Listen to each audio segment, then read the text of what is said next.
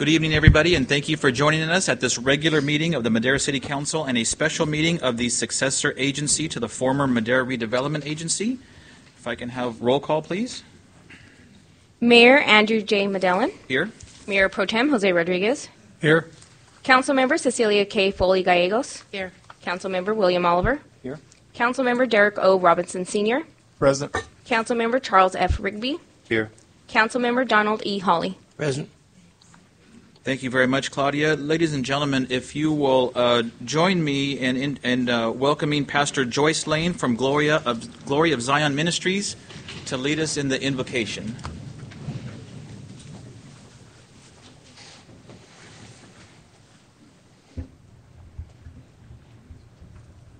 Good evening. Lord, we thank you for the coming together of your people for the purpose of doing business for the city, thank you, of Madera. The challenges that you put before us, the mandates that you put upon us, we recognize that we cannot do this within our own strength, nor can we do it alone. We need one another.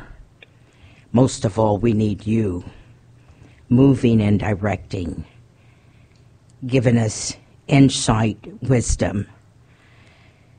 And you promised in Acts 1:8, but you shall receive power when the Holy Spirit has come upon you, and you shall be witnesses to me in Jerusalem and all Judea and Samaria and to the end of the earth. Lord, you made a promise to us that you would send a comforter, a teacher.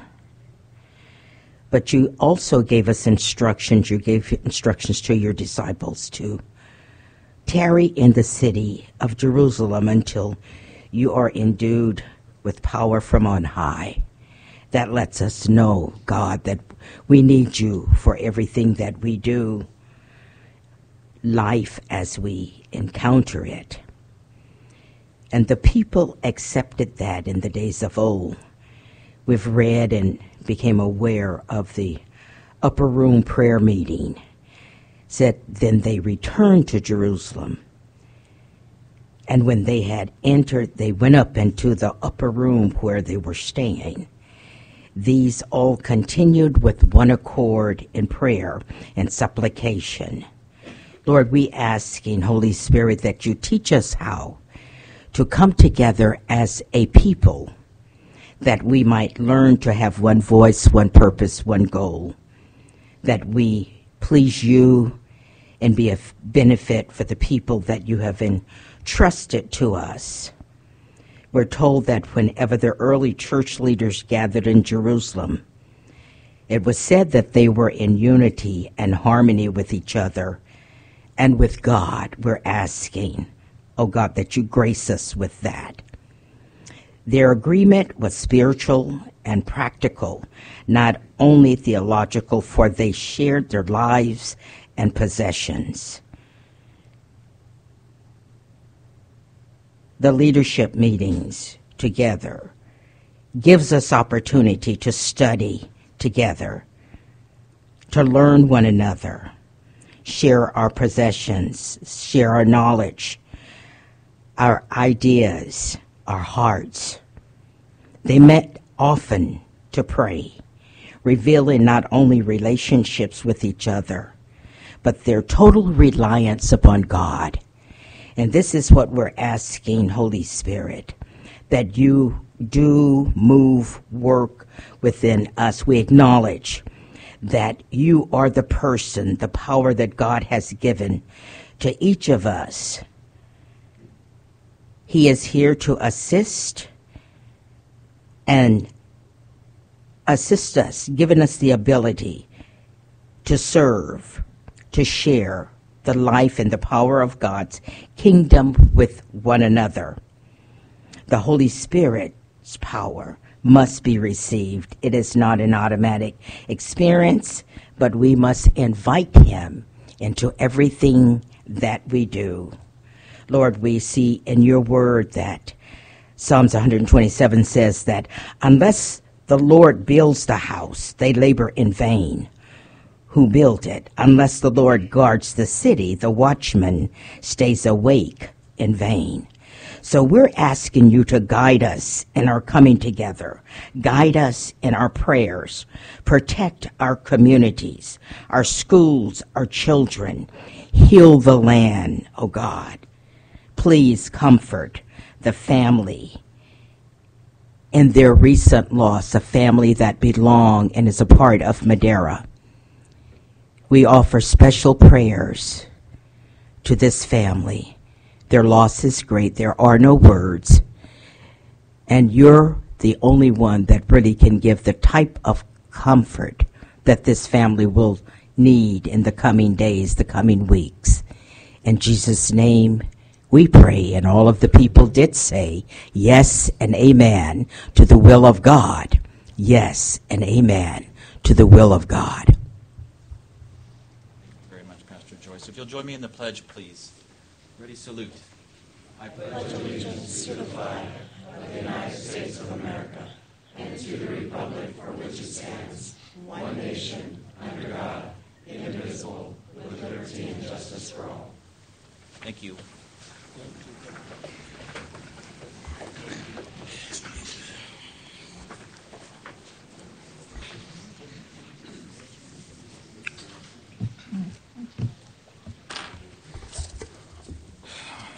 Moving into public comment, the first 15 minutes of the meeting are reserved for members of the public to address the agency or council on items which are within the subject matter jurisdiction of the agency or council. Speakers shall be limited to 3 minutes. Speakers will be asked to identify themselves and state the subject of their comment. If the subject is an item on the agenda, the mayor has the option of asking the speaker to hold the comment until that item is called. Comments on items listed as public hearing on the agenda should be held until that hearing is opened. The agenda and council are prohibited by law from taking any action on matters discussed that are not on the agenda, and no adverse conclusions should be drawn if the agency or council does not respond to public comment at this time. Is there anyone wishing to speak under this definition of public comment? Please come forward.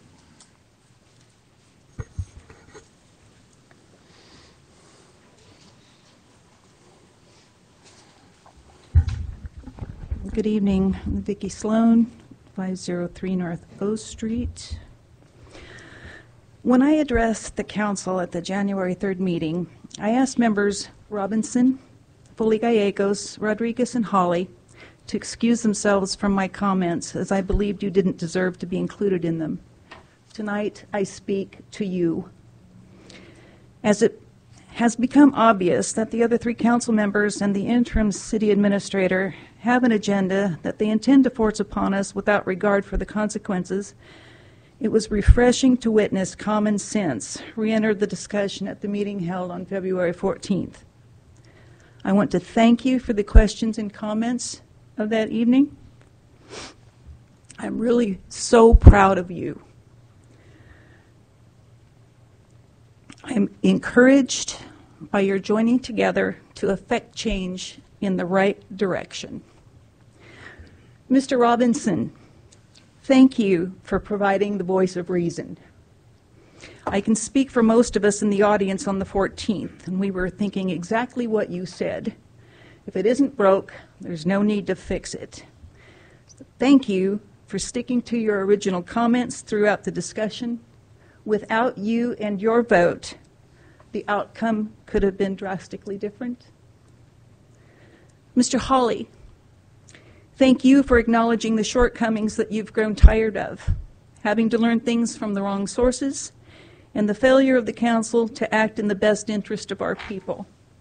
Without you and your vote, again, an outcome with dire consequences could have prevailed. Ms. Foley Gallegos, thank you for speaking to the promises that were made in the past and giving the necessary consideration to keeping them. So often in the political arena, those promises are all too soon forgotten. Without you and your vote, those promises might have been altogether forgotten or blatantly ignored. Mr. Rodriguez, thank you for your attention to the details. It's so important and yet often overlooked to make sure that the agenda items are clearly understood before being voted upon. Agendized items can be convoluted to the point of confusion and misrepresentation. Without you and your vote, making it of utmost importance that everyone be on the same page, we might not have received that appropriate attention. I hope that the opinion shared and the positive action taken on the 14th was an indicator that things have finally changed for the better. I hope that each of you will continue to vote with your conscience, with integrity, and with the people who depend on you in mind. Each of you may be only one vote, but together you are the majority of 4. Together you can affect change. Together you can stop our city from being dragged in a direction that we don't want to go. We're counting on you to do this. Stand together. Be the majority of 4. Together you are strong. Together you can make the tough decisions, and there will be many. It won't be easy, but again, we will support you. Together we can. Thank you.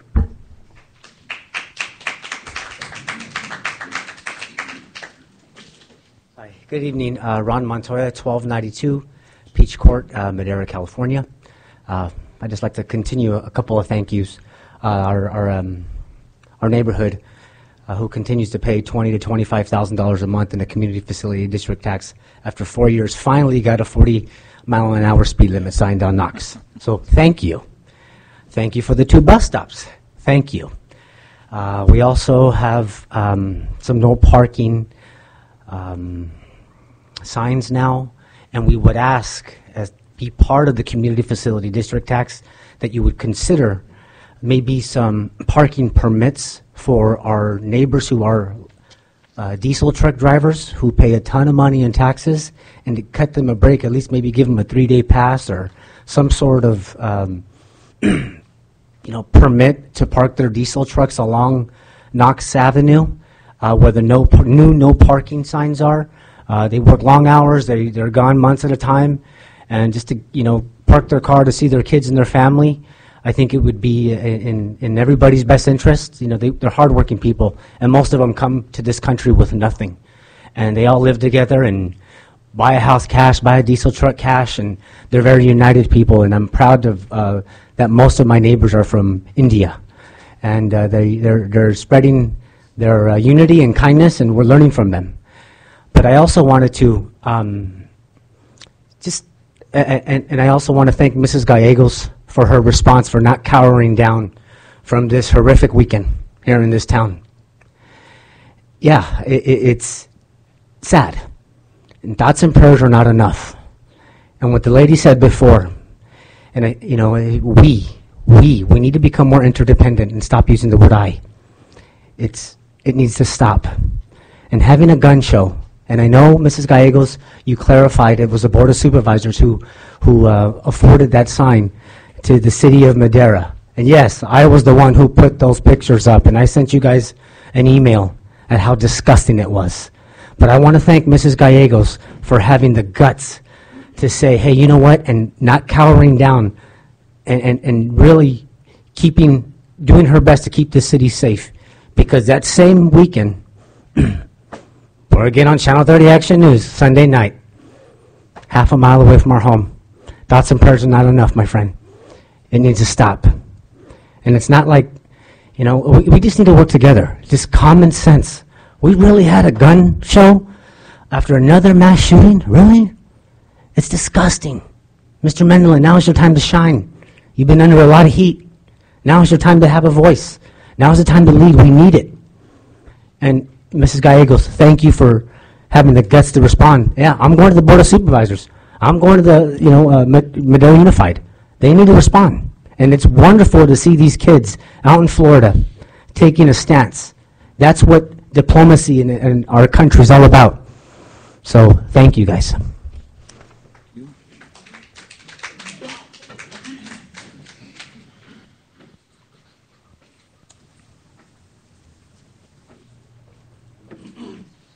Hello, Eddie Block, 916 East Cleveland Avenue. And I wanted to thank everybody, first off, for coming to my Business Watch meeting with Chief Lawson last Tuesday night. It was a great turnout, and we appreciate it. Secondly, the reason I'm here today is I'm giving you guys a heads up. I know I can't ask for anything here, but I would like to let you know that I'm going to come to you guys and ask for the parking lot on the corner of 6th and D. This summer, we want to do a food truck / fiesta night or something like that for the local people. Something to get everybody downtown, something to get everybody out, and not to Fresno, I should say. So we're trying to build up Madera. It's going to take a long time, and I want your guys' help, and I was going to ask if maybe the city could help us by maybe just giving it to us for a little bit, so that way we can get permits going for all these people that don't have licenses. We can start teaching them how to get their licenses, charge them $20 for the night or something, just to get them in the door. Then we can start working our way. I know a lot of them don't want to do it, but if you show them they can do it cheaply and do it right, I think they will. And then we can start making more taxes for our city and getting more people downtown. That's why things are going wrong. If you don't have people down there, they're going to go where there's less people so they can get in more trouble, right? So the police are busy. This will help keep the police less busy.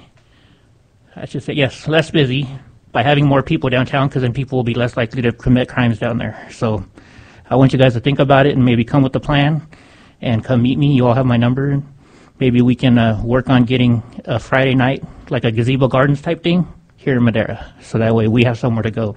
So thank you. Thank you. Oh, and I'll go a little farther. So many people have told me I'm not going to be able to fix up downtown. I've had more than 60 operations. I've been told I would never walk. I was told I would die by the time I was 1. I'm 41 and still here. So everybody that tells me I'm not going to fix up downtown, you're just giving me more of a power to do it. So,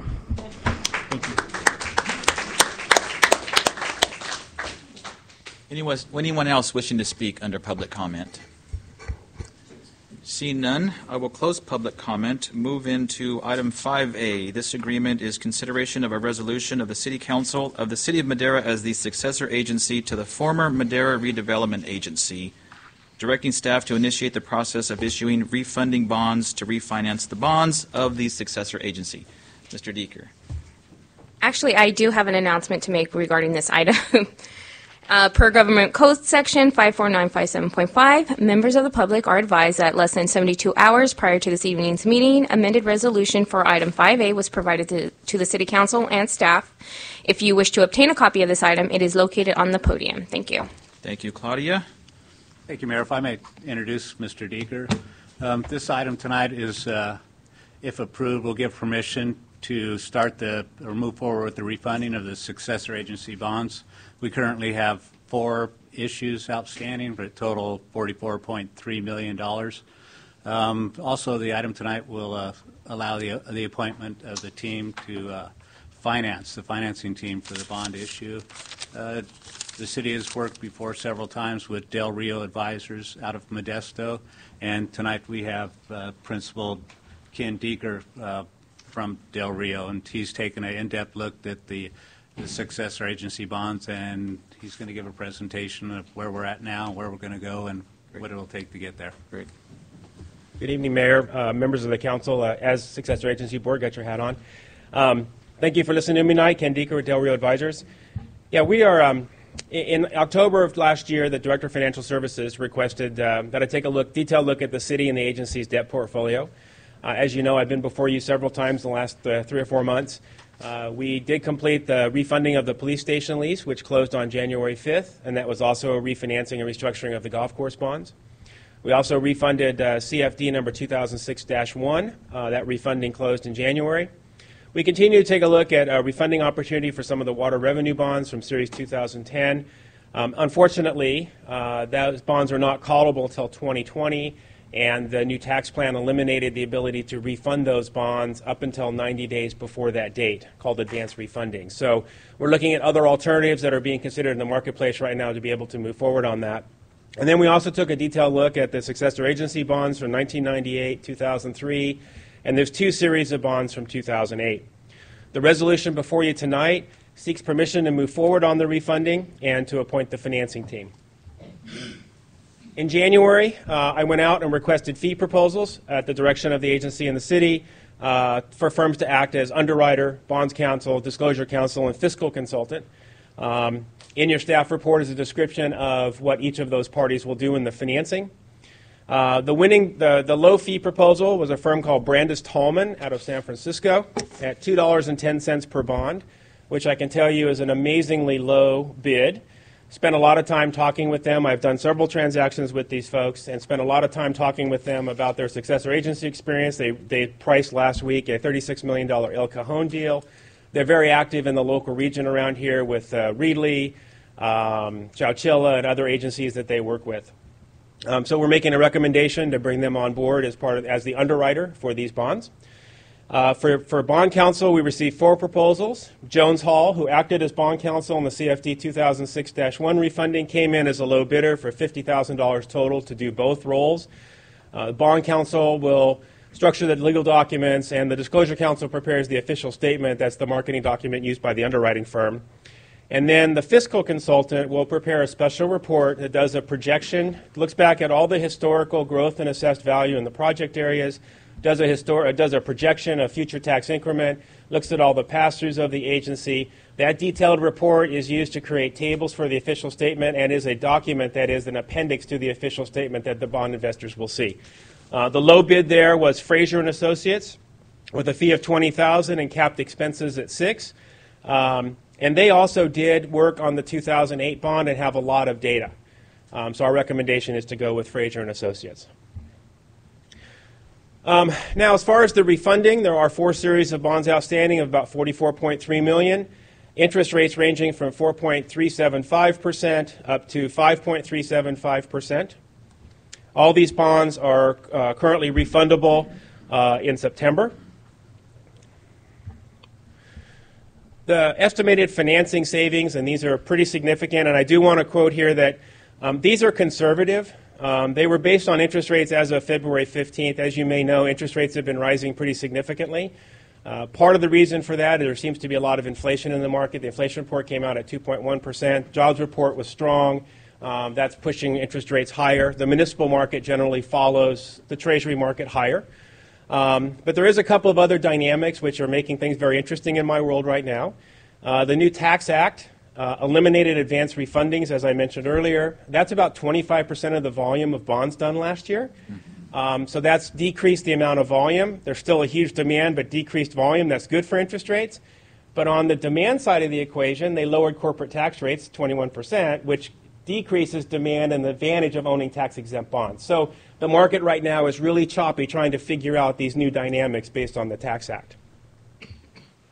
The estimated cash flow savings are about $620,000 a year, dropping down to about $500,000 a year, and dropping down to about $400,000 a year at the end of the schedule, for a total savings of $10.769 million, which is a net present value benefit of $4.884 million, or 11.01% of the outstanding prior bonds.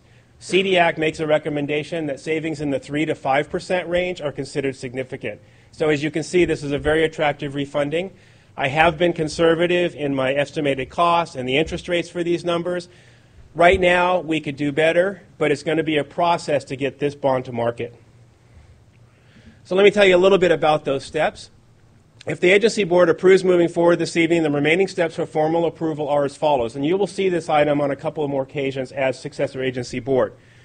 I need to prepare a refunding plan and savings analysis, which determines there are significant potential savings from the refunding, which I've already started working on that. That's part of the analysis I shared with you tonight. Bond counsel will prepare the appropriate documentation for the issuance of the refunding bonds. The agency board, your hat, will review the documentation and will approve the refunding, moving the item to the oversight board.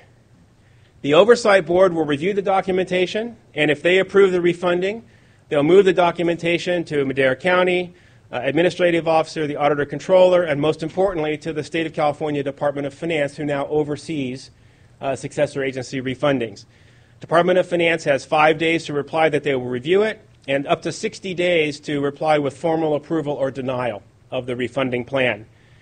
In the interim, while we're in that 60-day period, Disclosure Council will prepare the official statement, which will be brought back again to the agency board for your final approval. So there is a couple of additional steps. We're just asking for permission to move forward tonight, get the team on board, and start the clock ticking with DOF. So all the parties were selected via competitive process. We are proposing a public offering as the preferred sale type due to the final term of the financing and the relatively large size, plus or minus $40 million. There are significant total savings right now. Average annual savings of approximately $539,000 per year through 2038. Net present value savings of $4.8 million, or over 11%. And there's a significant benefit to the city's general fund of approximately $127,291 per year because of those savings. A portion of those savings would come back. It's about 23% of those savings would come back to the city's general fund as unrestricted property taxes. There are a couple of structuring alternatives that we'll be exploring as a team. When we come back to the Successor Agency Board, we'll brief you on the alternatives so you guys can make a more formal decision as to the proposed structure. One of those is to accelerate the savings in the earlier years so all the taxing entities would get the savings earlier, but that reduces your net present value. So there's some things that we need to brief you on and get direction from the agency board once we get the team assembled. So with that, I'm happy to answer any questions tonight. Thank you, Ken. Very informative, and anytime we can save some money, that's a great thing. But obviously you're here so that time is of the essence. We need to move forward as quick as possible. Yes, sir. Mayor Pro Tem Rodriguez has a question. Yes, thank you, Mayor Madoin. Okay, I just want to make sure I'm clear here when you say total cost savings and net value savings. Can you define that for me, please? So the total savings, the $10.8 million, that is the total debt service to debt service savings. So that's what you would save over the term of the bonds. And then the net present value savings is a discounted figure back to today's dollar. So that's the current day's dollar benefit of all of those future savings. So at the end of the day, would you say that the total savings that we would really have for these bonds would be the $10 million? That's correct. Okay.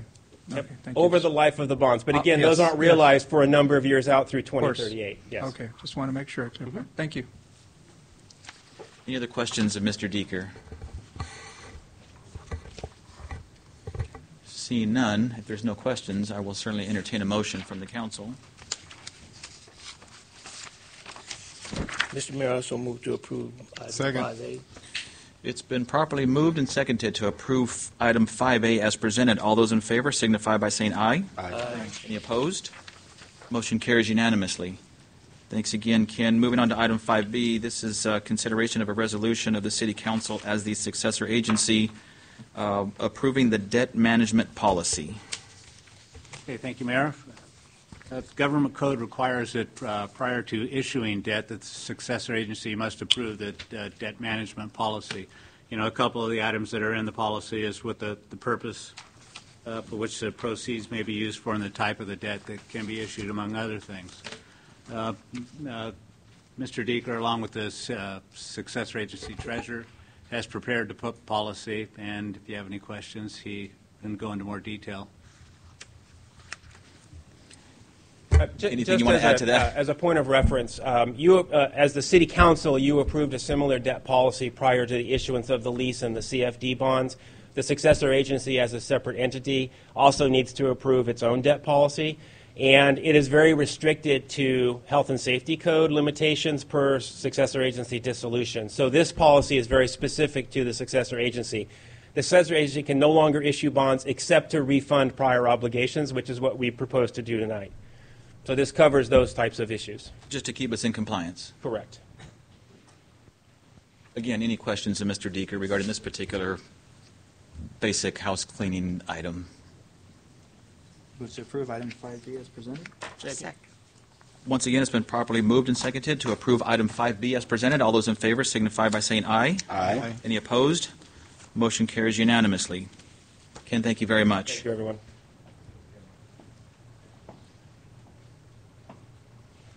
Moving on to agency member report, starting at my far right, I will ask agency member Robinson for any report. Nothing to report. Councilwoman Gallegos. Nothing to report. Councilman Rigby. Nothing to report. Councilman Hawley. Nothing to report. Mayor Pro Tem Rodriguez. Nothing to report. Thank you. Councilman Oliver. Nothing to report. And I have nothing to report. So that will adjourn this portion of the meeting, and we'll just take a minute or two to switch over to our regular meeting of the City Council. Thank you. Thank you, Bob.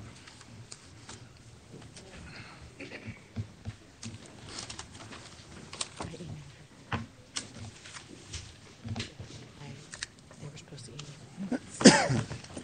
It's the state, the directors of the Fair Board. talked to Frazier and to.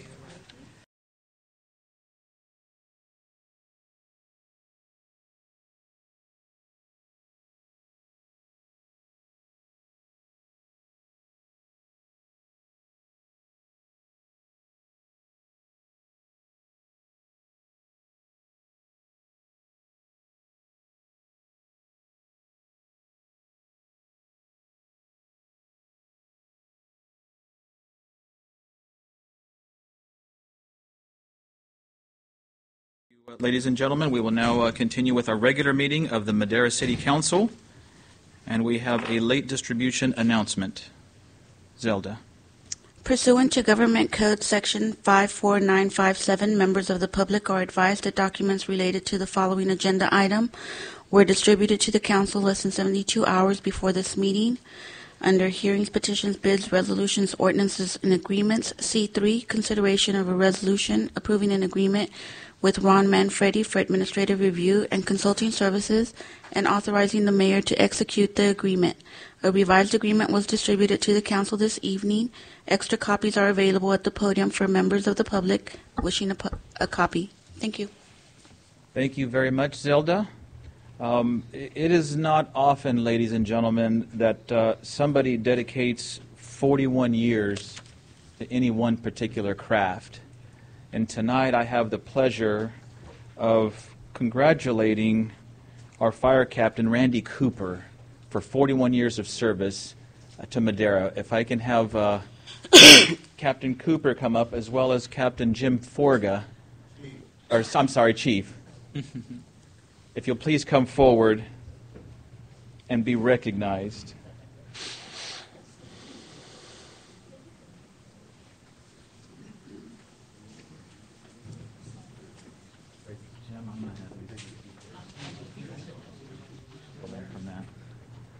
Thank you, Mayor, council members. We just want to recognize Randy for his 41 years of dedication, specifically because Randy is one of only 2 original Madera City Fire Department employees. Back in 1993, we did a cooperative agreement, and Randy was one of the driving forces behind it. And I felt that it was very, very appropriate for us to honor him and his loyalty and dedication to the citizens of Madera and the state of California. So, Randy, job well done, and thank you.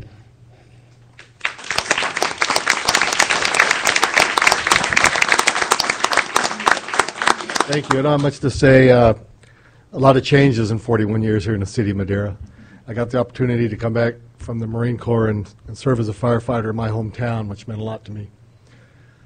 One thing that didn't change, it hasn't changed, is the loyalty, the courage, and the dedication of the people that I'm passing the torch to. Some of them are sitting here today. I had an opportunity to work with a lot of great people over these years, and it was an honor and a privilege to serve the people of Madera. I have to say a big thank you to my family.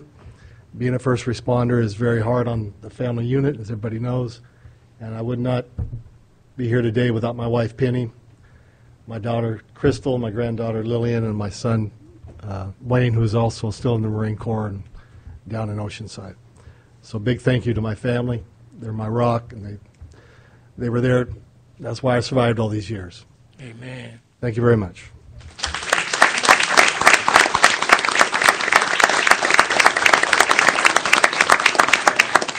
Once again, we can't express our thanks enough to you and your dedication to our community.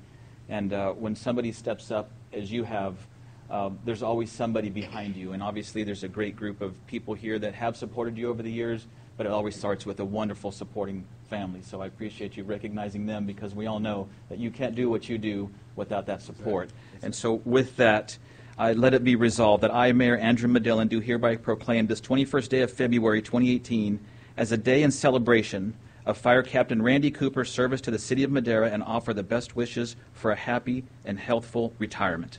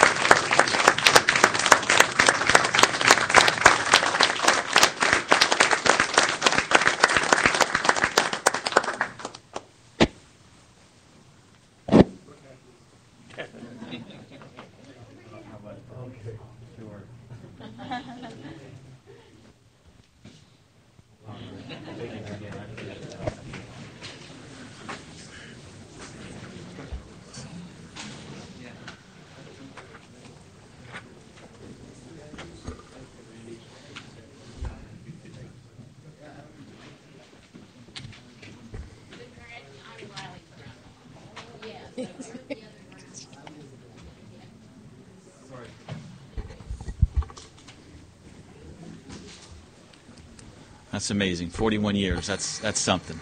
That's fantastic.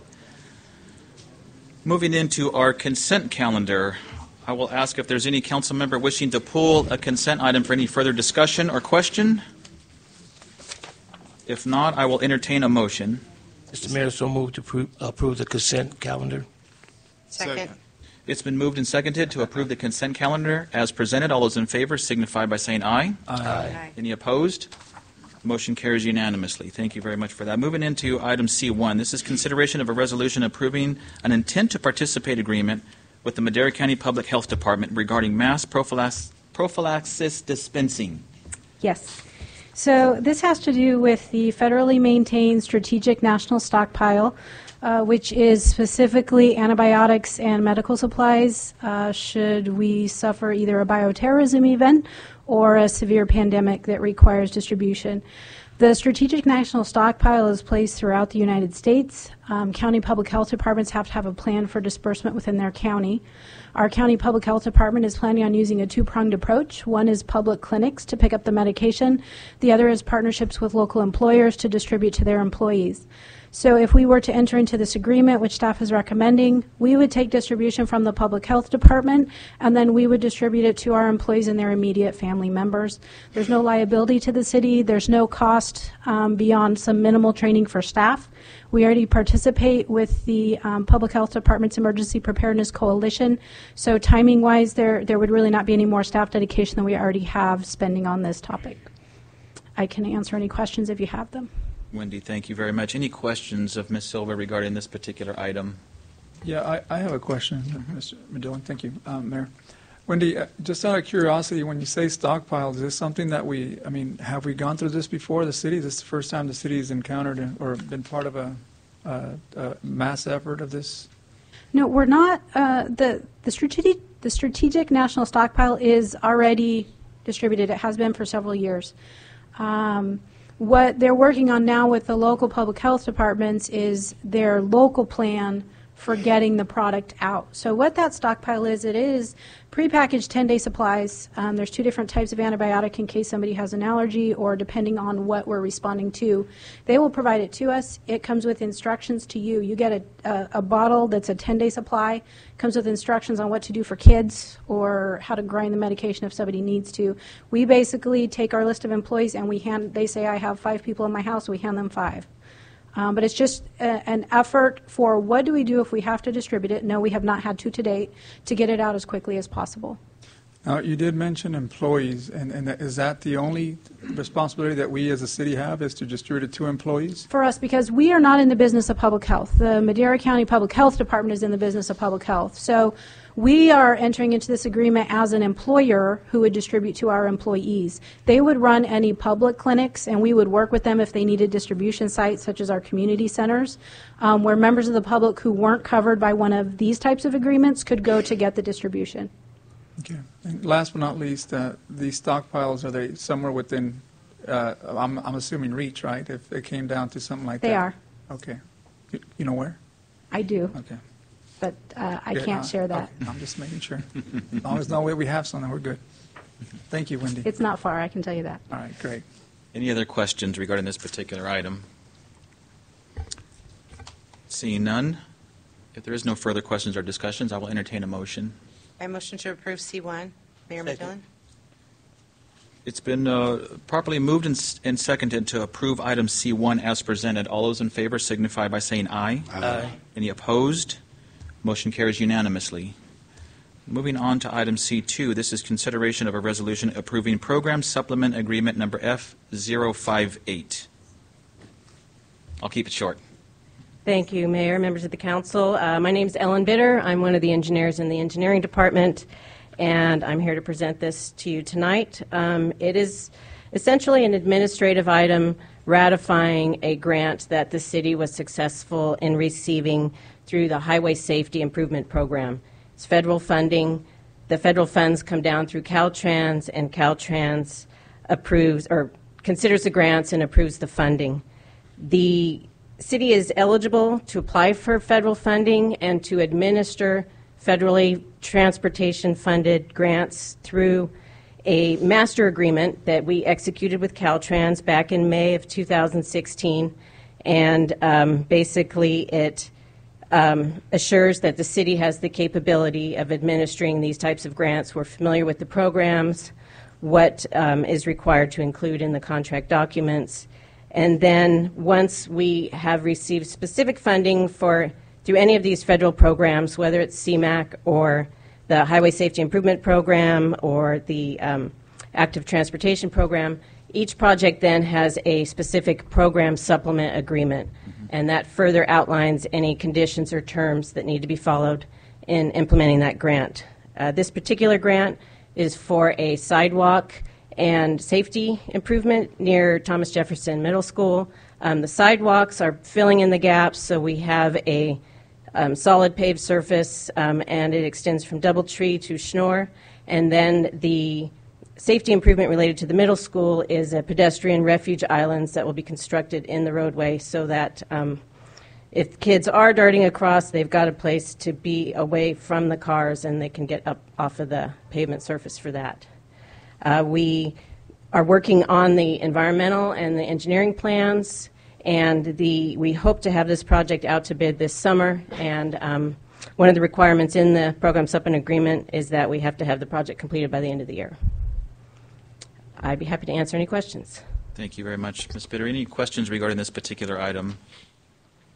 I have to say thank you so very much for your efforts. We have actually the first phase of those sidewalks near Thomas Jefferson have just worked out tremendously. I mean, not only for the safety of the kids, some of the homeowners are very appreciative that their lawn is not dead with dirt walking paths on them. And I know we have the flashing pedestrian crossing, which seems to really help. But the more we can do like this particular project or projects to ensure the safety of our kids, absolutely. So I'm really hoping, I'm assuming that with these timelines we can get this project done by the end of the year. Yes, this one, with the preliminary engineering efforts, it looks positive that we'll be able to meet those deadlines. Great. Thank you very much for that. Any other questions or concerns regarding this item? This is two-part. This is item C2, but there's A, which will improve the supplement agreement, and then B, authorizing the city engineer to execute the program. All in one. All in one? In that case, I will entertain a motion. Mr. Mayor, so move to approve item C2 as presented. Second. It's been moved and seconded to approve item C2. All those in favor signify by saying aye. Aye. Aye. Any opposed? Motion carries unanimously. Thanks again, Ellen. Moving on to item C3. This is consideration of a resolution approving an agreement with Ron Manfredi for the admin review and consulting services.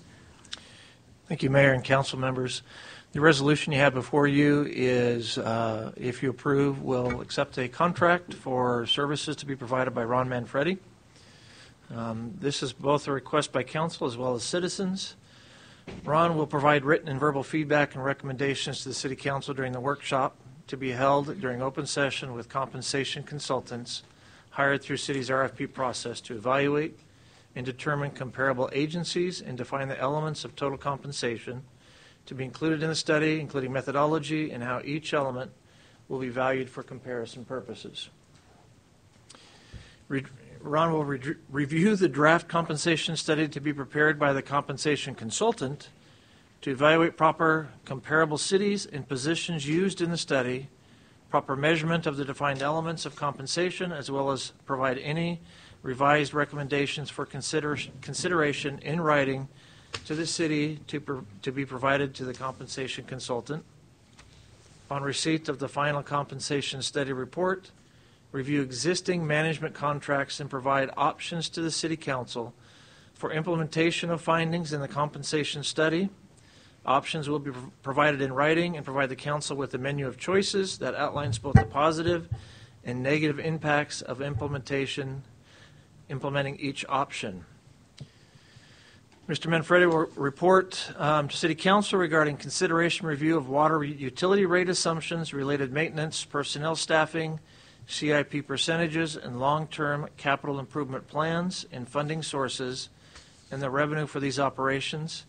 He will identify in that process the role of developmental impact fees and their relationship to capital projects included in the rate calculations and key benchmarks to be aware of in progressing with the current impact fee study. Additionally, at council discretion, Mr. Manfredi will provide 2 governance workshops.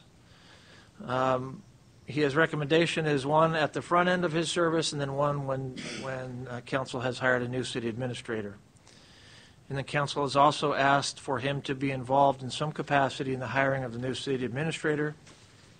These scope of work that I've read will be provided by Mr. Manfredi at a cost of $25,000, all inclusive. And if there's any questions, I'd be glad to answer them at this point. Ron did make it at the last minute, but he is here and I noticed be able to ask questions if you have any of him as well. Your timing is impeccable. Thank you very much, Mr. Frazier. Any questions of Mr. Frazier regarding this particular item and or Mr. Manfredi, who has joined us this evening? Councilwoman Gallegos. Yes, thank you, Mayor Medillin. I just wanted to clarify, because I read the Tribune also, I love Madera Tribune, that said that Mr. Manfredi would be reporting directly to our interim. I'd like to thank Steve Frazier for working so closely with Mr. Manfredi on trying to do what's best for our council and our community. And just to clarify, he'll be reporting to City Council and also our interim with ideas and results that he gets from his studies. So again, Mr. Frazier, thank you so much for all the help that you put into this so that we can all come to agreement and come up with great solutions. I would also like to clarify that while he might report, his work is independent of me entirely, and that work will be presented to you for your review and decision points. Thank you. Thank you very much. Any other questions regarding this particular item? Seeing none, I'll bring it back to the council for action. Move to approve item C3 as presented. Second. It's been properly moved and seconded to approve item C3 as presented. All those in favor signify by saying aye. Aye. Any opposed? Motion carries unanimously. Thank you very much for that. Item E1, this is consideration of a minute order accepting a report on the status of the proposed projects in the CIP program for fiscal year 2018-19. Mr. Helmuth. Thank you, Mayor and council members. I won't be presenting this item either. Instead, I'd like to introduce Jimmy Monreal as the presenter and a new member of our staff. As I understand, many of you do know him. For those who do not know him, he's been a resident of Madera since 1989. He is married to his wife, Peggy, of 32 years. They raised 9 children here in Madera. He's a graduate of Santa Clara University with a degree in finance and a minor in Spanish. He has 20 years experience in the banking industry, 10 years working as a chief business official with the Central Valley School Districts. In addition to this, if you don't think he keeps busy with all this stuff, he's past president of the Madera National Little League, past president of the Madera Babe Ruth, past and current president of St. Joachim's School Board, past member of St. Joachim's Parish Council, past board member of the Madera Community Hospital, past board member of City Madera Parks and Recreation Advisory Board, and then past president of Madera Council YMI number 60. I'm not sure what that is, but perhaps you can go ahead and explain that. The Young Men's Institute of St. Joachim's Church. There you go. Anyway, Jimmy will go ahead and give the presentation, and there will be several of us to answer any questions if you do have any. Great, thank you. And please welcome Jimmy. Thank you, Mr. Helmuth, Mayor Medellin, members of the City Council, members of the public. It's my distinct pleasure to be here tonight to present the initial look at our 2018-19 and 2022-23 capital improvement plan for the City of Madera. Little background, especially for some of us newbies, including myself. The plan, to me, is critical because it's a working document. It's a working document to show how we, as the City of Madera, want to continue to enhance our assets here for the city. We want to continue to construct, rehabilitate, resurface, maintain many of our assets throughout the city. And the critical component to me is it creates a lot of synergy amongst the departments within the city to make it very, very successful. So part of this project, what we do is identify current and then future scheduling that's needed for these defined projects that in some cases have been previously approved by you as the City Council. And we go through how we're going to progress with these projects starting in or continuing into 18-19 up to 2022 and 23 and even further and beyond. We want to focus attention on these projects, especially as they meet our short-term and our long-term needs throughout the city. A critical component is coordinating these projects and how we can maximize the funding attached to it. And then how do we address the funding, especially when we have construction costs that may rise or when a project goes out to bid, and how we're going to make up maybe some differences or shortfalls based upon some increased or implemented programs that now are needing to be faced. And even more critically is the ability to inform the public of what we're doing as a city. What are the successes that we're having based upon the different funding sources that we have throughout this project? And really review and update this annually to you as the council and also to our citizens of Madera. So what creates the synergy? It's the fact of all these departments that come together to create this plan. It's not just one department, for example, us as engineering creating this piece. It's working with the airport. It's working with community development, engineering, fire department, parks and community services, public works, the RDA successor agency, transit, and in the background, of course, working closely with finance departments to determine where we are, especially when it comes to the funding mechanisms. So as part of this synergy, airport, for example, will work with the Federal Aviation Administration, the FAA, to create their ACIP, which we then progress into our City of Madera Capital Improvement Plan. Airport will then work with us in engineering to incorporate these projects into the city's CIP plan. Community development works closely with engineering, one, to provide oversight and direction for the engineering department, and to work and see exactly what the future overall role will be within us, within the city. Fire department works with us closely, especially now as we know we're looking to enhance and build some facilities in here. What are we going to do regarding project design? What are we going to do regarding rolling out these funding mechanisms to make them match? Parks and community services create tremendous synergy with us as we work in the construction delivery of park projects, pedestrian, bike trails throughout the city. How do we maximize the fundings to make those really extrapolate into a better community? The RDA successor works with us, especially when we look at construction management, design, the services that then rehabilitate and revitalize the city's infrastructure. And transit really works closely with us as far as how do we review the transit projects that are going to positively affect the city and really project the funding that's available that really doesn't just go to buses and transit facilities, but also to the rehabilitation of streets that are then used as the surface ways for these projects. So as part of the staff report that was sent out, the CIP, as I mentioned before, is really critical. It's a working document. It tracks the progress, updates them, how we move from year to year. Some of the key components that are really critical that we've seen advancement, traffic signals are progressing, especially in design phase for Howard and Westbury, as well as Howard and Granada. And we've awarded the Yosemite Elm signal that we hope to be in construction very, very soon based upon the multiple funding sources. As Ellen mentioned, sidewalks are progressing, not just at John Adams or along Sunset to Thomas Jefferson, but also at Washington School, which really has a tremendous need for those students also advancing to and from school. But a critical component, as we've had these projects now come to fruition, is we're seeing our fund challenges are really beginning to burgeon. They're really beginning to extrapolate and grow. As was presented to you at the last meeting, transit expenditures, based upon the most recent review that was done regarding the fare increase, it's reducing the amount that's available for the CIP conformity projects. So we know that we're going to have to return to council to look at how are we going to prioritize the projects to match the appropriate funding sources. And that'll be some critical decisions that will have to be made about which direction we choose. There'll be some, for example, looking at these recent expenses, especially from these projects. Do we push out projected widening of streets? Do we push out projected projects that really benefit the general whole for the community based upon the limited number of funds that we have? So this prioritization will be coming forward, especially as we continue to work on this process, which affects us not just next year, but for the next 4 to 5 years, especially based upon some of the priorities that have been already approved by the council and are now being implemented as they go to construction. So what are the steps we're bringing tonight as part of the process and the report? And you've also received all the individual project reports. As one, gives you, the council, the ability to review the projects, ask questions that are accordingly to them. You also have the annual requirement of conformity. And by doing that, we ask for the direction tonight, because our next step would be to take this to planning to make sure that it conforms with the city's general plan. And again, it's a working document, because I can assure you, being here about 3 months, that it's not perfect. There's a couple things I have to already go in and massage to really feel that it's a really thorough report. And with that, we continue our plan is to update you as these changes occur.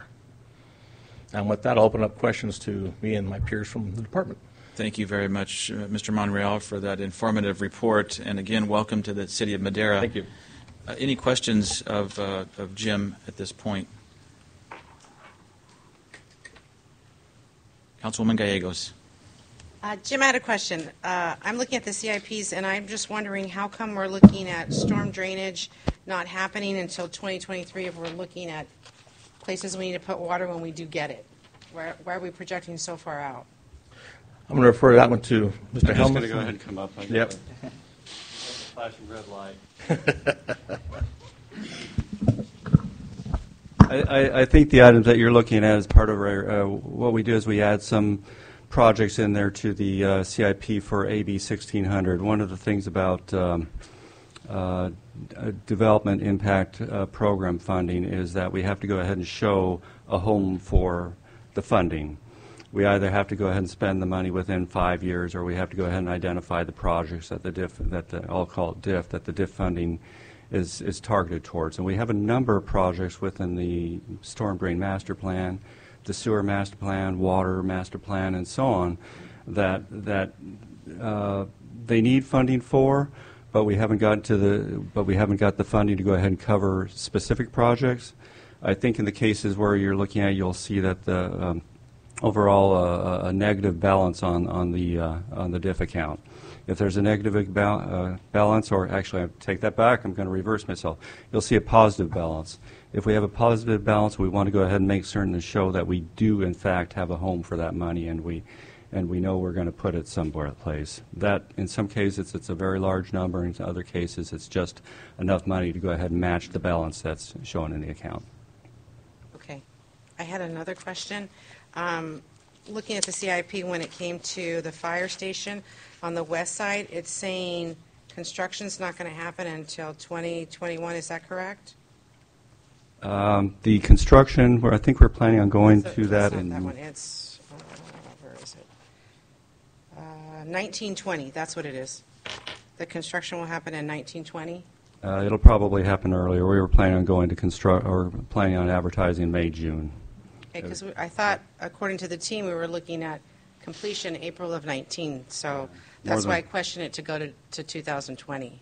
That's one of the aspects of the CIP. We don't have everything placed in there absolutely perfectly, but the construction is moving ahead. The fire station is well along on its design process. Okay. Thank you, Keith. Mm-hmm. Councilman Oliver. Excellent presentation, Mr. Monreal, and welcome to our team. And I just wanted to ask for a status update on a project that has been a part of our CIP for a number of years, and I understand that we've made some progress on with regard to the UPRR undercrossing project that would connect the Vermicola Trail, essentially both sides of our city. Do we have any update as to where we are with the rail? We do, and Ellen has that. Perfect. Thank you. Yes, this is one of those federally funded projects that we discussed earlier.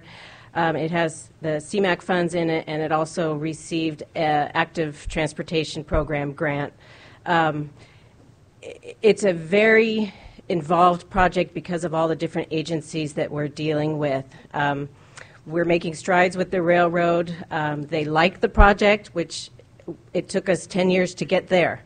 And so now we're working on a formal agreement. I'm told there's a draft coming any day to us to look at. We also need approval from the Public Utilities Commission because it's considered a crossing, albeit an undercrossing. And then Caltrans is our funding administrator, so we have the Caltrans process involved through it. And then we have the numerous agencies because we're working in the river as well. So all those balls are up in the air, and we are making positive steps forward. I really do, I don't want to promise dates, but my goal is to have approvals from everybody maybe by this summer, so then we can put the project out to bid. So it's not, goals. It's still alive. Absolutely, great. Well, thank you for that update. I would ask, whether it be informally via email correspondence or formally through future agenda items, to bring back those updates. That's certainly a project I am very excited for. I think my colleagues, and I appreciate all your work on that. And one of my other questions, and I understand if we don't have a whole lot of information at this time, is one of the projects where we have a dollar figure as a line item for 2023 is the relocation of a future city hall.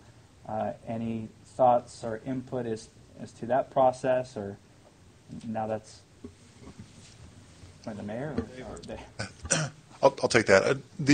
That's one of the projects where I think Jimmy described that we are required to demonstrate that for development impact fees we collect, that we actually have an intended use for those funds, but that we don't have adequate funding at present to construct or install a particular kind of facility.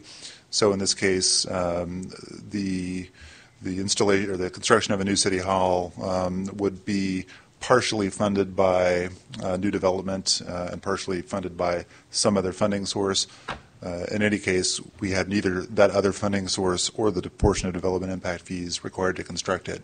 So that if you look at our CIP on an annual basis, you'll see that we have a City Hall addition programmed. It's always in the last year of the funding cycle, and it just continues to get pushed back each year. And that helps us demonstrate that we do have a project that's intended, but that we don't have the funding to construct it within the 5-year span. I appreciate that clarification.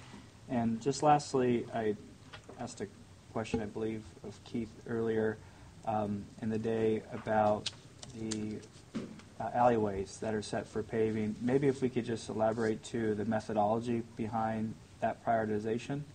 That will probably be Ellen as well. And since we started that earlier today, we went back through the project list and confirmed about half of what we had on our original project list had been constructed by or paved as part of the Public Works for solid waste. They go ahead and put it down so that the trucks have a spot to go without creating mud holes and dust. And I'll let Ellen expand on that. Thank you. The alley project is funded with congestion mitigation air quality funds. So it's an air quality enhancing project. It's for reducing the dust emissions from unpaved alleys. So our list that we now have is about 24, 25 on the list that we have prepared to get environmentally cleared. And then we probably won't be able to pave all of those. Our focus is going to be on those that have higher traffic because the traffic on the dust creates the emissions. So we'll be prioritizing of those, out of those, to maximize how many alleys we can pave within the funds available that we have. It's a good-sized project. So we hope to be able to get to 15, maybe more. They won't be our typical alley standard that you would see because it's really just a dust mitigation measure. We have to control the dust for 10 years or so to meet the air district standards. Great, thank you for that clarification again, and perhaps to maybe add as an exhibit to the CIP or maybe just in follow-up information. I think it would be really helpful to see those potential alleyways on an aerial map as to what's planned for paving, and I think that would be beneficial. Certainly. Thank you so much. Good point, great question. Councilman Robinson. Yes, I've been concerned about Raymond Road since 2014. They have I've been asking, the county also about building a roundabout, to prevent all the speeding coming from Road 28. And you have also Kennedy Street going in there and 16, and it's really a mess. The streets are we say, full of potholes.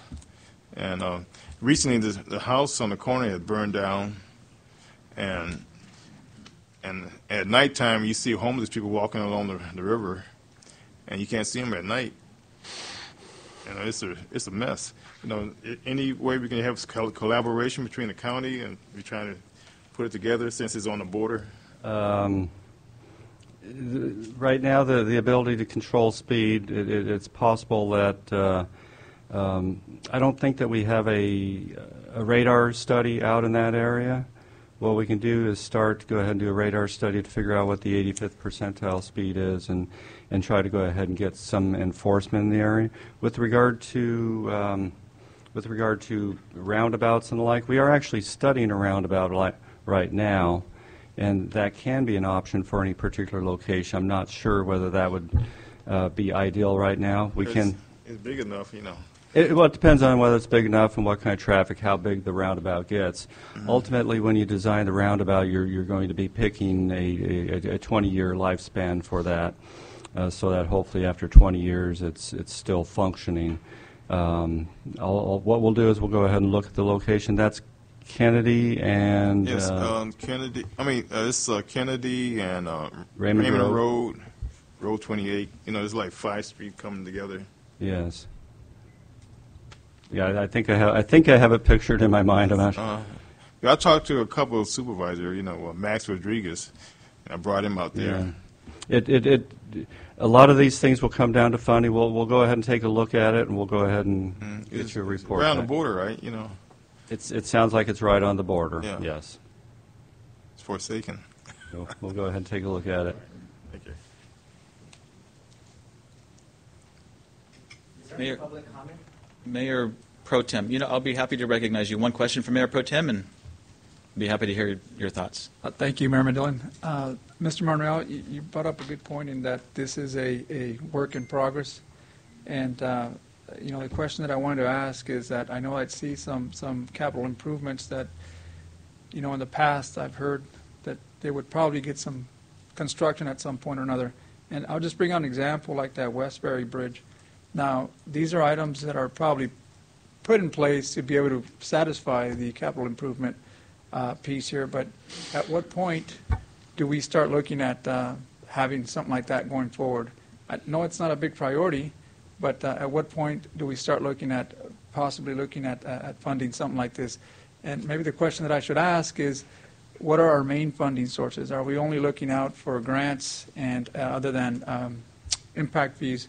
What other sources of revenue are we trying to collect for these types of projects?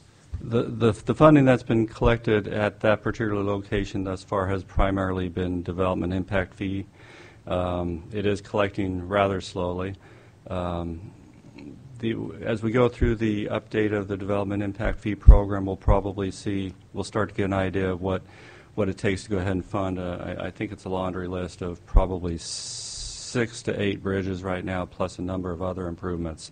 Now, in terms of that particular location, we'll be looking at prioritization of what comes first. For instance, Granada Drive, that's a half bridge right now, and we have some concerns with that with regard to pedestrian crossings. We're actually trying to look for a grant on that.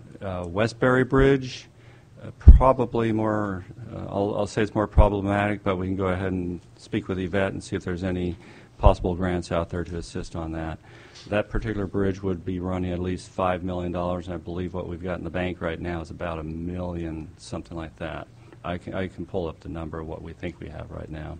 No, and that's fine. So, the next question would be, the more that we prolong these, obviously the cost of building go up. So, we're projecting it's probably $5 million, but by the time we really get at it, we could be looking at maybe twice as much. That is entirely possible. So, yeah, and then, so that my thing is, my concern is how do we go about? Is it just grant funding that we're looking for? Is there anything else that we turned every rock over? And Generally speaking, bringing grant funding forward to go ahead and do typical infrastructure projects gets to be somewhat difficult. It's easier to go. Typically, grant funding is looking at things like safety or problems with your sewer, water, storm systems. For roadways, that's generally a component of growth. It doesn't mean that there aren't grants out there. It just means that they're far, far more difficult to go ahead and obtain. To be able to fund that, we can go ahead and make strides towards it, but it'll come at a cost to other improvements. We have a number of revenue sources, but they're all pretty much targeted towards other CIP projects, well, in the CIP at the moment. And I think that if we continue to kick the can down the road, essentially with even development impact fees, I don't know that we'll ever catch up to make it happen. So to my point is, if this is the only way of trying to source funds, I'll go back to what I initially said is we have to find different streams of revenue. And, I know that maybe this is it's not lie in the engineering department, but, the idea of possibly commercializing something that comes out, obviously Mendota just landed this big facility where they might be getting $800,000 yearly. And I bring that back because this is something that the city, at times lacks, is not wanting to go out and pursue something that can potentially bring revenue into our city and help us with the infrastructures that we desperately need. Yes. I'm not saying that the bridge is one of them, but there are other items in there that we can potentially fund and build out so that we meet the essentials that we need for the city to run efficiently. So I'll say it again, obviously the cannabis industry has been growing popularity amongst the regions of California. I know that many of you might not think it's something that we want to pursue, but I've always stressed out on the commercial side of it because I think it can bring big loads of revenue. Something to look into. Just thought I'd throw that out there. Sure. I'm not looking for us to, again, dispense any of it. Commercial is big, a lot of money in that. I think we can get a lot of revenue to help some of the capital improvement projects that we have before us. Understood. Thank you very much for that, Mayor Pro Tem. I'll ask if there's anybody in the audience wishing to come forward, and if you have any comments, as a reminder, I just need your name and address for the record. Hi again. Sorry, I'll keep this short. 1292 Peach Court, Madera, California, 93638. Great idea, my friend. A lot of my patients use cannabis. Okay. Where I live is, the community facility district tax. Like again, we pay $20,000 to $25,000 a month. Most of these projects happen on this side of the track. Okay. There's a term called institutional racism, and we got to make sure that we don't fall into that. Okay. You got the Westbury Bridge. You got the street light on Yale and so forth. Right here on Knox, here's Knox, here's Olive. Here's the school right here. We desperately need a signal right here. There's so many accidents at this intersection, okay? So many accidents. What he's talking about is right here on Raymond, okay? I have a lot of family members here. What he's talking about, I agree with. I lived over here since 2007. He's right. There's a lot of homeless people, but those are citizens. And he's right. A lot of them you can't see at night. All this is Kennedy, this is Chapin, there's another road back here. This is all potholes.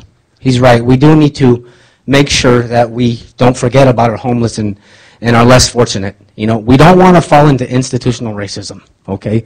We need these roads needed to get fixed a long time ago. And Mr. Hawley, this is your job to make sure that you're validating why you're there, okay? We needed a sign right here. We just got signals. It took us 4 years, and our community pays $20,000 to $25,000. It's shameful that you're not up here advocating for a signal right here. There's accidents all day here, but most of these projects are on this side of the track. Get my drift? That could be the definition of institutional racism, and we cannot fall into that. We need to start being more active, okay? There's a lot of nice people, a lot of homeless people here, okay? It'd be great if we can build nice homeless facility. You know, these people are citizens, they're human beings. We got to come with a sense of humanity now. It's enough's enough.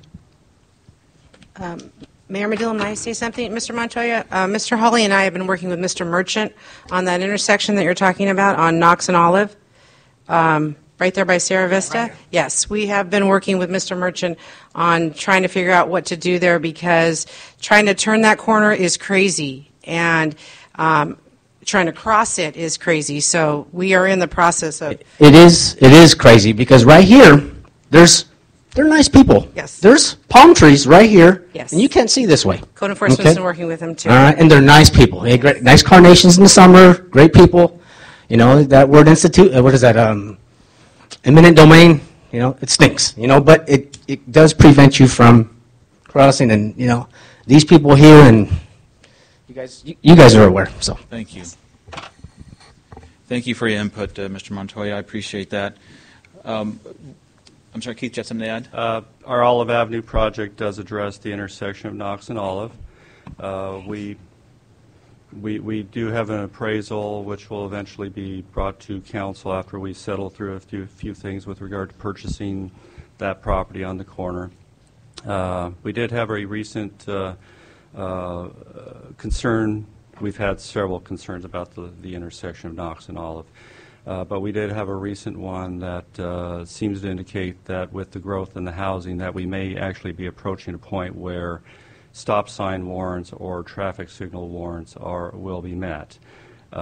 We cannot install traffic signals or stop signs without warrants being met for fear of creating more accidents as a result of what we are attempting to go ahead and fix. One of the things at the intersection was our attempts to go ahead and remove the palm trees. That was a first attempt at removing one of the problems with the intersection that might be causing accidents. At that time, my review of the accident history was not such that it indicated that we were meeting any warrants based upon accidents or traffic volumes or the like. But my last review as a result of the recent concern conveyed to our department has showed that there has been a change in the trend. But I did want to go out and confirm that the palm trees were gone. One of the things about the Olive Avenue project is regardless of whether the signal is warranted at this particular time, we are planning on installing the traffic signal poles that will go in there, so we're better set up to go ahead and move to a traffic signal once warranted. If stop sign warrants are met, we will in fact install the stop signs. Great, Keith. Thank you. We are following policies as I know them, and there are national standards. Thank you very much for that input. Councilman Hawley. Yeah, just to let Ron know, I have been working on these. I know it's my district, and I just want you to know you don't know what I do every day, but you should ask me before you make a public comment like that. Thank you. Councilman Oliver. With regard to the Olive Avenue project, looking at the CIP, we do have line items there for acquisition and construction. Does that also include right-of-way, professional right-of-way services, Keith? It will, yes, as it's needed. Les Jorgensen is here. He can speak more to that if you would like to understand more detail. I know the question has been asked before, and I indicated that we would be moving into that if necessary. Les is our resident expert on that, plus many other things. Council members, Les Jorgensen. Been around a little while. I think you know me. Mm-hmm. In regards to the project, it is a very complicated project with street widening involved. We do have right-of-way folks involved in the acquisition process. With any widening project like this, we're struggling with making sure that we don't have to go through too much eminent domain possibility or going through significant relocation. This project, because of the nature of it, it will result in some relocation activities, and we'll be coming back to you shortly once the final appraisal document is completed, identify the parcels that will be required for acquisition. A number of those parcels will require removal of structures and improvements, but all that's a part of the standard acquisition process for city street widening projects. So the basic answer to your question is yes, we do have a significant amount of right-of-way acquisition to complete, and we do have professional services to help us with that. Great. And then as far as the acquisition and relocation, is that going to follow the Federal Uniform Act guidelines, or would that be through the state manual or guidelines? It'll follow the state guidelines. There's no federal funds involved in the project, but we are required to follow the state relocation assistance requirements for taking property from private parcels. And so we do follow the state mandated guidelines. Which I think kind of closely mirrors the federal guidelines, but maybe it may offer some flexibility, hopefully. Tell you the truth, I haven't looked at the federal guidelines because it's only been a state-funded project, and we've got those under control. And I will be coming before you here shortly with the draft relocation plan and the necessity to share that document with the affected property owners. So you'll be seeing that coming shortly. Thank you for the update. Appreciate it. Thank you, Les. And, Mr. Mayor, just for reference, the Olive Avenue project is R10 in your electronic packages. The good news is that it's a $7.5 million project that at least today is fully funded for 18-19. The bad news is that, as you've just heard from Les and Keith, it's not necessarily at first blush clear that it's quite a complex project with all the moving pieces, fairly significant right-of-way issues, including a really constrained pinch point where the Chevron facility is sort of on the westerly tail of that section. So it is a funded project. It's slated for construction at least at this point in 18-19. There's a fair chance that those complexities, driven in large part by the right-of-way issues, could force construction to be pushed until a future year. But that's not because of a lack of effort or a lack of progress. It's just one of those projects that the constraints are getting in the way of getting the project done. So progress, yes. Funding, yes. Yeah. We'll see how far we can push it, how fast. Definitely a large project, and thank you very much for that clarification and update. And when you're talking about that Olive Avenue and that kind of weird intersection, things are going to happen, and I think we know that. But I appreciate your clarification. Mr. Monreal, thank you for your report. Very informative, and amongst other things that you had submitted, what really stands out to me is the last line here that says, engineering continue to update plan as changes.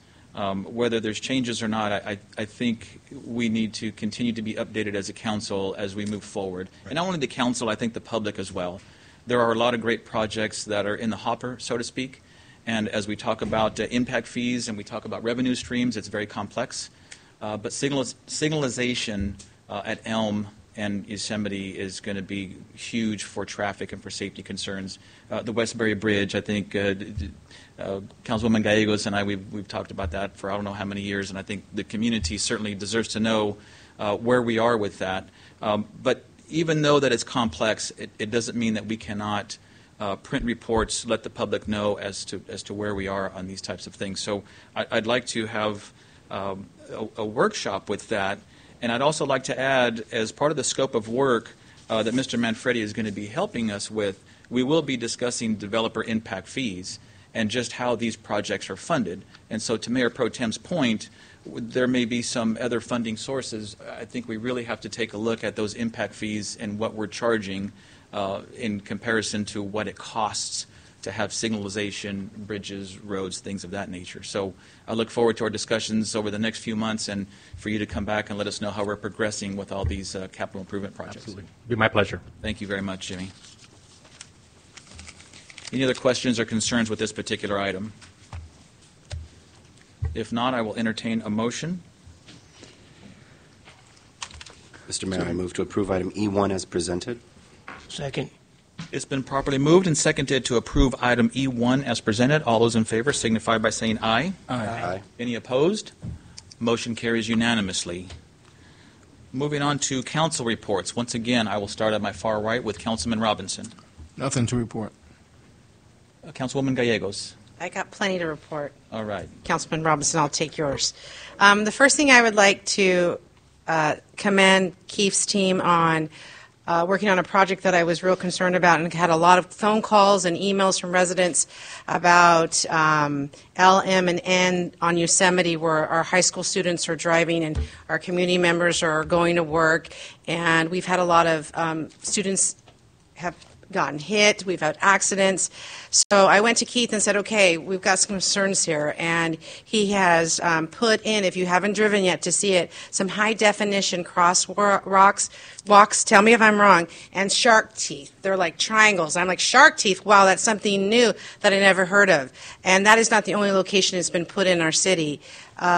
Chief Lawson and Commander Teramonte, I hope I said that right, are going to do a video with Joseph, our communication specialist, with the direction of Interim Frazier, to educate our community and take that video to the high school that does a live stream, so our students are going to see that are driving that area.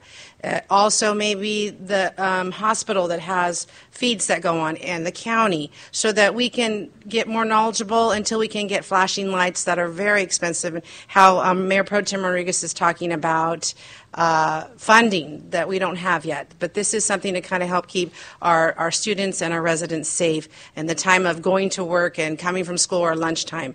So I commend the team on that. Very well done. And hopefully we get some type of video out there so that we can get everybody educated on that area.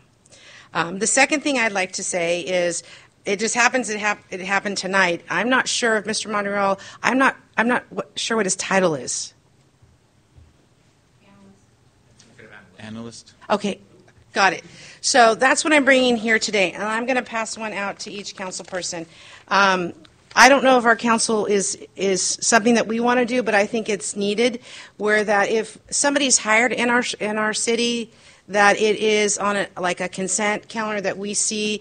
If somebody leaves our city, or if there's a personal leave, that we have knowledge of it, and if we're approving it. The sample I gave my fellow council members is a Madera Unified School District, where that the trustees have to approve every month. So if somebody gets hired in Madera Unified, they're hired on the contingents that the trustees approve them in those positions. So we are the policymakers. That's why we were elected to be put here. And I feel that when Mr. Monreal stood up, I was like, what do you mean he's working for us now? And I have no idea. I'm not even sure what his title is.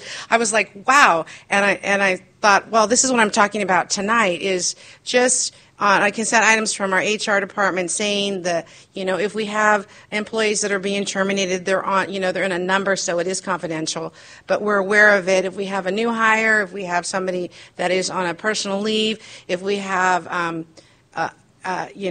personal leave could be even an officer who got hurt. Well, with the name there, we would see police officer and know, oh my gosh, they probably got hurt on an accident that we didn't know about. Maybe we would want to send a card out, or, just knowledge as we're making the decisions, that we know what's happening out in our city. So I don't know how the rest of you gentlemen feel about that. If it's something that we can look at and have our staff draw up something that we can maybe approve and put on our consent calendar. Anytime we can be in contact with our employees to recognize the good deeds. I know we have online, we get the newsletter that shares birthdays and milestones and things like that, but I will defer to our HR director to see if that's something we can pursue. Always keeping in contact and well-wishing is always a great thing. We had several employees took the early retirement incentive that we offered, and I didn't even realize that they were retiring until 5 days later, and they were already gone. I didn't even get to stop by and say thank you for your years of service and the time that you've given the city, because there was no acknowledgement for us to know that they were even leaving, and this would prevent that from happening. So we can work on an informational report. The hiring authority is in the personnel rules for sure, with the position of city administrator, and I'd have to double check the municipal code. But we could do it as an informational report advising who's arrived, who's left. The leave of absence issue I'd need to talk over with Brent or another legal counsel, because there are certain issues that we can't make that public. Right. Well, it would be a consent item. This still becomes public. still public. It becomes part of the public record. So we can bounce it off Lever Cassidy. Yeah, we'll get the right legal opinion on that, and Okay. we'll give you what we can. Now, there's some extra copies so that you and Brent can take a look at it. And Just we can go like from there. something to look at. Yeah, new hires and separations would not be difficult to put a report together. As the mayor mentioned, it goes out every 2 weeks in the payroll newsletter, so we can do an informational report on staff changes. There's really not that many, but we can absolutely do that. Okay, great, thank you. Certainly a great gesture to recognize those that have worked for the city of Madera. Yeah, absolutely, I would agree. Okay, that's it. That's it. Councilman Rigby. Thank you, Mr. Mayor. I would like to thank Chief Frazier for attending. Both of us were invited recently to sit with the Madera County, several members of the Madera County offices, from code enforcement to Eric Fleming and others that are trying to work together to sort of take care of the river cleanup, which is kind of an eyesore for many people in our city, and understanding that there are humans that are living down there as well. And so we just wanted sort of a collective effort, and it's fun for me because it's one of the first things that I've been able to do with the county, and we're moving forward. I know Mr. Frazier sent out a email to all of us, but I just kind of wanted to put it on the record that the county's moving forward with code enforcement and the city of Madera to clarify sort of a new river map, who kind of has jurisdiction of what ends where does what begin. We're also working on getting what we're calling a blanket flood control cleanup permit. That way we can begin to take away debris and brush and things that are sort of hiding some of the communities and the people that are living down there.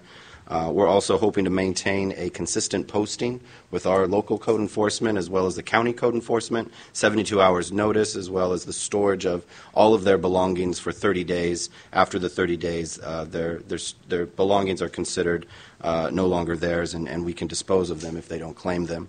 And then also kind of partnering with other agencies outside of the county and city, one including Ms. Molina, who is not here tonight. Usually she's here, but who was instrumental at getting this sit-down together. And, it's going to be a process. I appreciate even Chief Lawson being there as well, having a representative of the Madera PD. And I think I'm looking forward to kind of seeing the progress, if you will. I know it's going to take some time. There's parts of that river that the state doesn't want us touching, especially if we find environmentally we can't, which is why you see a lot of overbrush in certain areas. There could be a kit fox or owl or a bird or something living there, and we're not allowed to touch it. So I appreciate that effort, and just kind of wanted to inform council members if anyone's interested in also coming to that meeting, I'd be more than happy to get you guys in on that. One of the other things, though, I'd like to ask, since our chief is in the room, I'd love to see a Measure K report, kind of where we are now. I know a lot of things have been done with the finances that our citizens voted for, and I'd love to see kind of a rundown of how those monies are being allocated. Vehicles have been bought, body cameras have been bought. We've talked tonight about a fire station. I know that Jim left, but maybe we can coincide with the fire department and just maybe even see that come either through a workshop or a consent calendar item. But that might be nice to just kind of see where we are now, since we're kind of halfway through the fiscal year, and kind of how things are going with that. So I'd like to make that request, if that's okay, of our chief. The final thing I'd like to say, Mr. Mayor, is listening to a lot of comments tonight and watching along of fingers being pointed. I was reminded of a quote: "Lonely is the one who builds walls instead of bridges." And I too would applaud the efforts that were made by my fellow council members tonight, and several of you were given accolades, and rightfully so.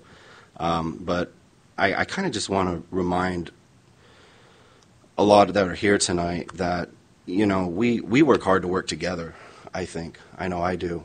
And unanimously, this board selected the interim city manager.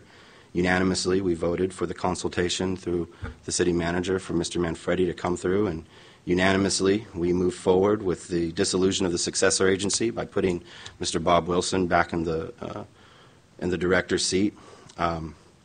And so I appreciate that. I know we don't always see eye to eye, and we probably shouldn't. I think that's what makes our board so unique and so great. But I know we work hard to come to the right solutions that we feel represent those citizens that are concerned in our city. And I applaud your guys' efforts.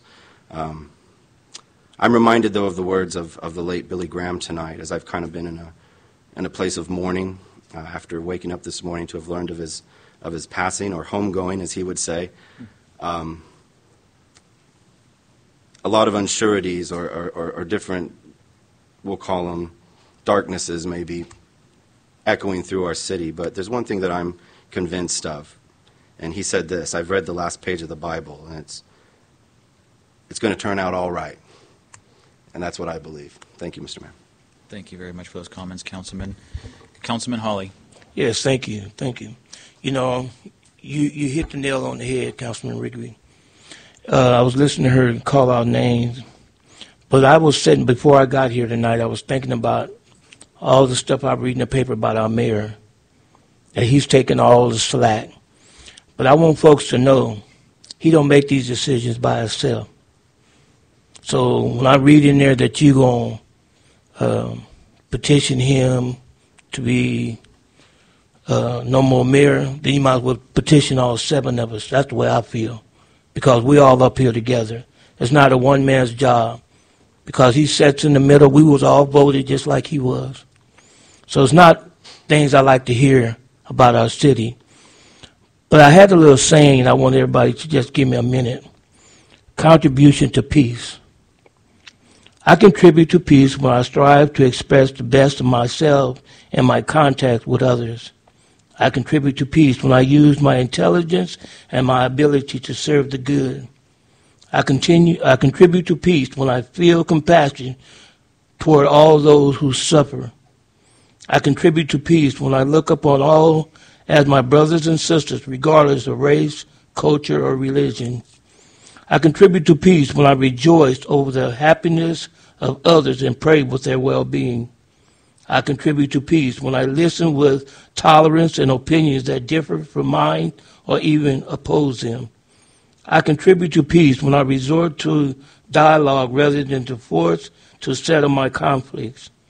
I contribute to peace when I respect the nature and preserve it for generations to come. I contribute to peace when I do not seek to impose my conception of God upon others. I contribute to peace when I make the peace of the foundation of my ideals and philosophies. You know, I was thinking about that when I read all this about our city. We here as a board, we may not do everything that people want us to do. And some people don't get all the information they need to get, so they want to target somebody. When I heard Ron say the things that I need to do, he don't know what I do. Everything he was talking about on that board has already been discussed with Keith from me. So when people attacked us, they need to follow us. When they attack the police department, they need to follow them. When they attacked our city, they need to go around and see what's really happening in our city. It may not be this side of town or that side of town. As a board, we set up here, we look at the whole city. And it hurts us to have to defer that it's on your side or your neighborhood or that neighborhood. But it's not about that. It's about how you feel toward your fellow man or woman. So those are my feelings I have. I just want everybody to know, when you attacked our mayor, you're attacking us. That's all I say. Thank you very much. Thank you, Mr. Councilman, for those kind words and those comments. Mayor Pro Tem Rodriguez. Yes, thank you, Member Dillon. First of all, I did want to thank Mr. Monreal. Again, you know, it was a surprise to me. But again, congratulations. I think what Councilwoman Gallegos mentioned, I think, is a good idea, so that this way we know and we can, you know, congratulate you appropriately. So thank you again for being on board. This weekend, I had an opportunity to meet with Sergeant Josiah Arnold, and he took me out with the fine women of the women and men of the Madera Police Department, so that I can kind of see firsthand of their training. And I'll tell you what, you know, I had to step back, and I'm very impressed that these people are actually doing their training, and they're doing it 4 times a year. And I got to tell you that these fine men and women are doing a great job, so I was very impressed. I want to thank them. Thank you, Chief, for keeping them and continue the training that they have, because that's what protects our city. And now that I was privileged to be able to see that firsthand, then I feel very safe that our city is under a good watch with our police department. So thank you again. Appreciate that. Thank you, Mayor Pro Tem. Councilman Oliver. Mr. Mayor, and first, Councilmember Foley Gallegos, I think that's an excellent recommendation. And I appreciate an informational report to see those that are coming in and those that are going out, and so I think that's an excellent idea. First, Keith and your team, thank you for your continued study and analysis of Granada between Cleveland and Kennedy. I've had several constituent complaints with respect to speeders along that corridor there, and I appreciate all the warrant surveys and some of the creative thinking as to ways that we can curtail that a bit. I also had an opportunity to meet with Matt Grundy today, the Executive Director of Habitat for Humanity. We just had an initial introductory meeting to learn more about what Habitat's doing, their efforts to come into Madera County. I wanted to thank Yvette for your continued hard work and follow-up, working with agencies like Habitat for Humanity. We all may recall an elderly couple who have come down to City Hall on a couple of occasions after their home had come to a fire. And Yvette and her team have been working with these folks, bringing in potential partners to help rebuild a home for them. And so Habitat for Humanity has been willing to roll up their sleeves, see how they can get creative and help along the process. I was really interested to hear about all their programs that they have, both with loans and financing, as well as acts of kindness, engaging neighborhoods when they come in to build a project, engaging those home buyers or folks that are a benefit of those projects to also give back and to have a hand. And so we discuss numerous projects, whether it be homeless housing with the tiny home concepts and what they've been able to do in other communities, whether it be how they've been able to partner with communities like Fresno with their rental inspection program, proactively working with landlords to provide some TLC and upkeep and rehabilitation before those homes get too far off as far as upkeep and code compliance. So I appreciate you, Yvette, for making that connection, and it was a very productive meeting. And lastly, I'd like to provide an update wearing my hat as a commissioner on the Madera County Transportation Commission. I represent you all along with Mayor Medellin. Back in January, we all agreed to provide a letter of support for the Trade Enhancement Corridor Program, which is a part of the SB1 or Transportation Bill financing. And we've been working with Caltrans for many years to see that the Highway 99 expansion to 3 lanes each side is the utmost priority between Avenue 12 and 17. Matter of fact, it's a top priority of District 6 and of all of our neighboring counties. And we've been working with folks. We've been building on goodwill to get that project off the ground. It's ready to list. It's ready to build. Unfortunately, after we submitted that application to Caltrans, we didn't do it as an individual agency because that would require match dollars. Instead, we went through Caltrans, which it wouldn't have that requirement. We learned when that program came before the California Transportation Commission that it wasn't even on the list of projects. So myself and Chairman Frazier, as well as Commissioner Poitras, attended a meeting last week with Caltrans and spoke with their headquarters staff in Sacramento to press very hard that the credibility and trust of that particular agency, as well as SB1, is on the line for many of us, especially those that express interest in such infrastructure investments. And so I just wanted to report today, we had an update from District 6 staff.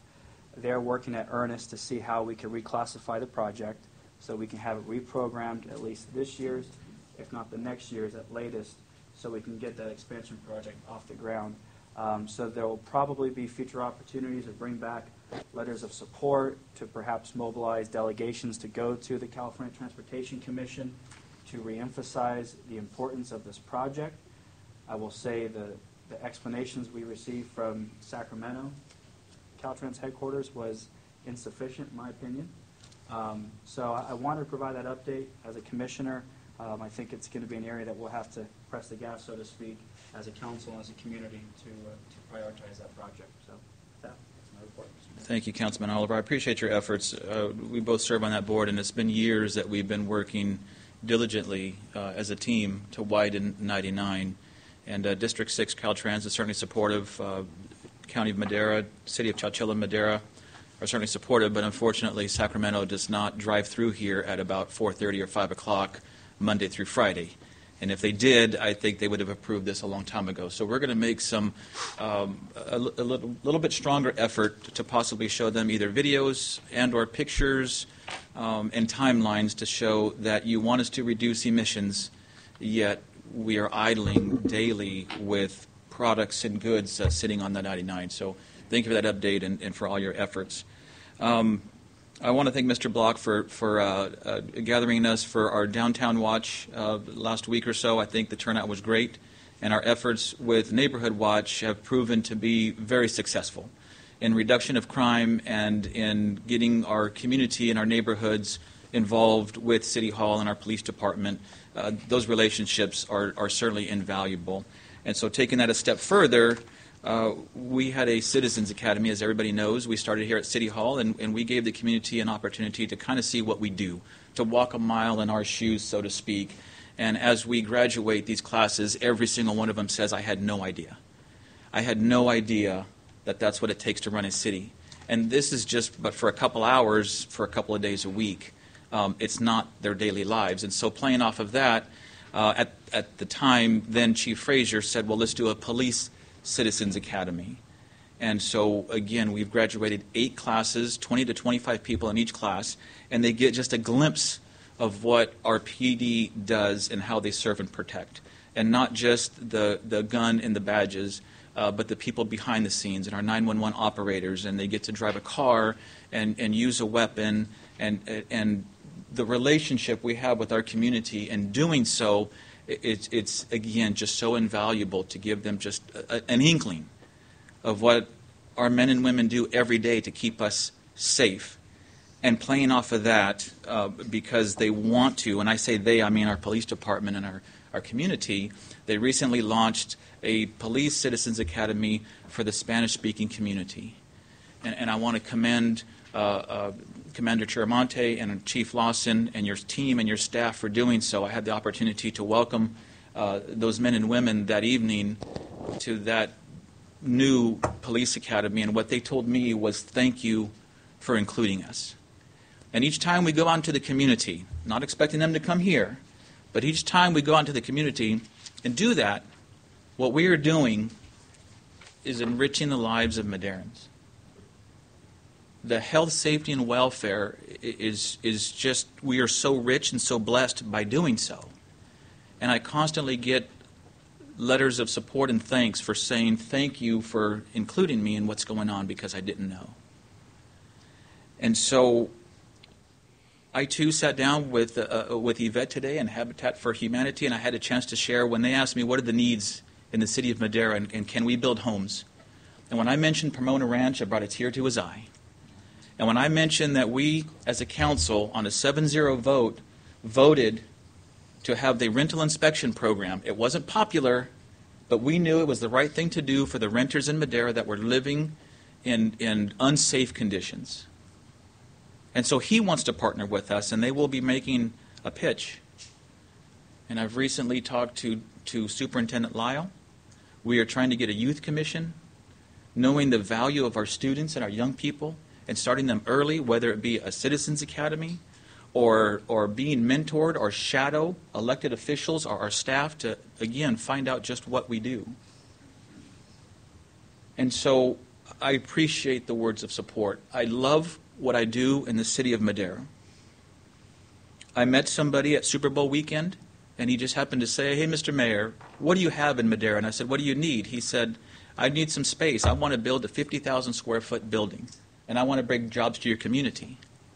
And so I'm proud to say, with Mr. Frazier and Mr. Boyle and myself, we had a chance to show our community and what we have to offer.